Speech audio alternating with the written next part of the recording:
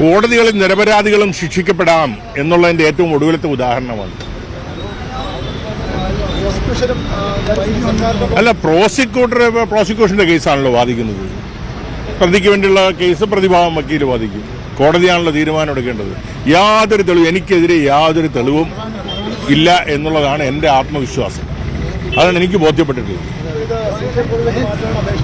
അല്ല, അത് വരട്ടെ, നിയമത്തിന്റെ വഴിക്ക് പോട്ടെ. എന്നെ സംബന്ധിച്ചിടത്തോളം ഇതാണ് എനിക്ക് ഈ കേസിനെ കുറിച്ച് എനിക്ക് പറയാനുള്ളത്. ഇതാണ് തീർച്ചയായിട്ടും. ഇത് ഉമ്മൻചാണ്ടിയുടെ 2002 ഏക്യാനിയുടെ കാലഘട്ടത്തിൽ ഞാൻ നിരപരാധിയാണെന്ന് പറഞ്ഞിട്ട് അന്തിമ റിപ്പോർട്ട് കോടതിക്ക് കൊടുത്തിരുന്നു. അത് കോടതി സ്വീകരിച്ചു. 2006 തെരഞ്ഞെടുപ്പിന് തൊട്ടു മുമ്പായിട്ട് ശ്രീ ഉമ്മൻചാണ്ടി മുഖ്യമന്ത്രിയായിരിക്കുമ്പോൾ തെരഞ്ഞെടുപ്പിന്റെ തൊട്ടു മുമ്പാണ് ഒരു പുനരന്വേഷണം ഓർഡർ ചെയ്ത് പുതിയ ഒരു തെളിവില്ലാതെ 3 മാസത്തിനുള്ളിൽ അന്വേഷണം പൂർത്തിയാക്കി അന്ന് ആ ഫൈനൽ എനിക്കെതിരെ കുറ്റപത്രം സമർപ്പിച്ചത്. ഞാൻ അന്നു മുതൽ കുറ്റപത്രം സമർപ്പിച്ചത് മുതൽ ഒരു ദിവസം പോലും ഞാൻ കോടതിയിൽ ഞാനോ വക്കീലോ ഹാജരാകാതിരുന്നിട്ടില്ല. ഞാൻ അന്നു മുതൽ സമൻസ് കിട്ടി, ജാമ്യമെടുത്തു. അന്നു മുതൽ ഞാൻ കോടതിയിൽ റെഗുലറായിട്ട് ഞാനോ വക്കീലോ ഹാജരാകുന്ന ഒരു കേസാണ്. നിയമത്തിന്റെ വഴിക്ക് പോയി. ഞാനൊരു ഇന്ത്യൻ പൗരനാണ്, ജനാധിപത്യത്തിൽ വിശ്വസിക്കുന്ന ആളാണ്, നിയമത്തിൽ വിശ്വസിക്കുന്ന ആളാണ്. അപ്പൊ അതുകൊണ്ട് നിയമപരമായി നേരിടുകയല്ലാതെ എനിക്ക് വേറെ മാർഗമില്ലല്ലോ. വേറെന്താ മാർഗം?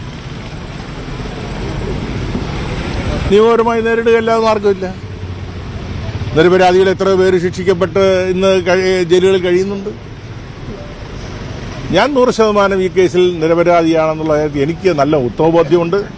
അതുകൊണ്ടാണ് ഹൈക്കോടതി വിജിലൻസ് അന്വേഷിച്ച റിപ്പോർട്ട് കൊടുത്തതിനകത്ത് 3 പ്രതികൾ, വേറെ 3 പ്രതികളുടെ പേര് ഹൈക്കോടതി വിജിലൻസ് അന്വേഷിച്ച റിപ്പോർട്ട് ഹൈക്കോടതിയിൽ ഫയൽ ചെയ്തിരുന്നതാണ്. അത് ഈ കോടതിയിൽ ഹാജരാക്കിയിട്ടുണ്ട്. അതുപോലെ ഏക്യാനിയുടെ ഭരണകാലത്താണ്, അല്ലാതെ LDFന്റെ ഭരണകാലത്തില്ല. ഏക്യാനിയുടെ ഭരണകാലത്ത് 2002 3 ഡിവൈഎസ്പിമാർ, 2 സർക്കിൾ ഇൻസ്പെക്ടർമാർ, 2 സബ് ഇൻസ്പെക്ടർമാർ അടങ്ങുന്ന സംഘം അന്വേഷിച്ച് ഞാൻ ഈ കേസിൽ പൂർണ്ണമായി നിരപരാധിയാണെന്നുകൊണ്ട് 2002 കോടതിയിൽ റിപ്പോർട്ട് സമർപ്പിച്ചിരുന്നതാണ്.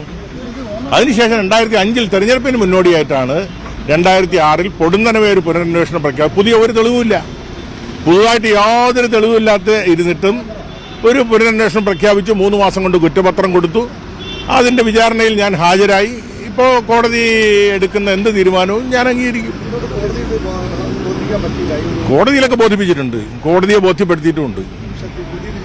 അത് ഇപ്പം എന്ത് ചെയ്യാനൊക്കെ, അതിൽ ഞാൻ പറയുന്നത് നിരപരാധികളും ചില കാലഘട്ടങ്ങളിൽ ചില കേസുകളിൽ ശിക്ഷിക്കപ്പെടുന്ന ചരിത്രമുണ്ട്. അതിന്റെ ഏറ്റവും ഒടുവിലത്തെ ഉദാഹരണമാണ്.